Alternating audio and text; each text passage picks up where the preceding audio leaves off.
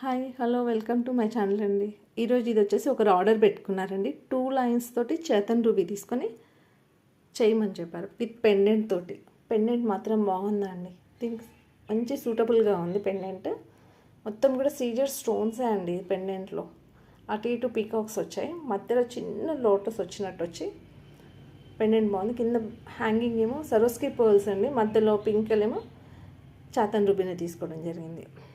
Only సింపుల్గా ఉండాలి అని అంటే ఇది చూస్ చేసుకోవచ్చు అండి, ఎటైనా వేసుకొని వెళ్ళడానికి బాగుంటుంది.